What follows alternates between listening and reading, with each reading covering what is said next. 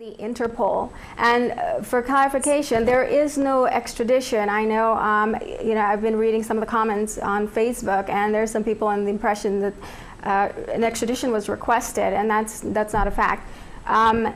Extradition was not made as yet. The Interpol, which is the world's largest international police organization, and its members, I think it's about 190 countries. Guyana is one of them, yes. And they've issued a red alert for Bisram.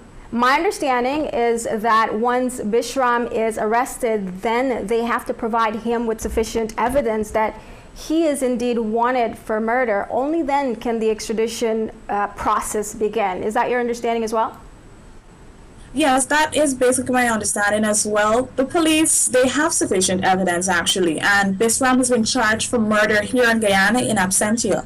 So he's already charged for murder. Once they find him, once Interpol, they locate him, they find him, he's going to be transported here, and he's going to be remanded to prison until this matter is concluded, because in Guyana, once you are charged for murder, you can never get bail until the matter is concluded, whether you're sentenced or you're found innocent. And so basically, he is a wanted man. He's on the run right now. And is there any news from the Interpol authorities about Bisram? There is nothing that we have gotten so far. I spoke to sources here in the Guyana Police Force, and there is nothing new on his locations yet. And I'm just out of curiosity, regarding past high-profile extradition cases, how successful was the Guyana government in extraditing wanted persons? Can you comment on that?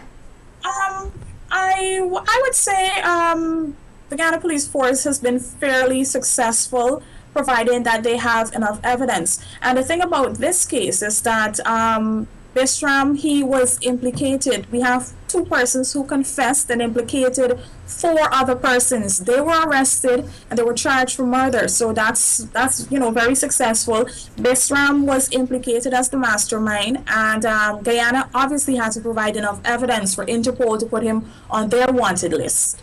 So I am optimistic that they will be able to extradite him to Guyana to face the murder charges, because the incident occurred here, so he's going to have to face the law. So you mentioned I believe you mentioned the Springland Berbice Precinct Police, and can you talk a little bit about them and the handling of this case? They were the ones who initially reported this case as a hit and run, correct? Yes, they did. And what was strange about the entire case is that this was a hit and run, and the victim had no shirt on. So that was a red flag for the family, for the YouTube fans, I'm Sneha. Thanks so much for checking out our YouTube channel. Subscribe to watch the latest interviews, ITV's coverage of feature events, and digital exclusives. And don't forget that you can get ITV on Time Warner Cablevision and RCN.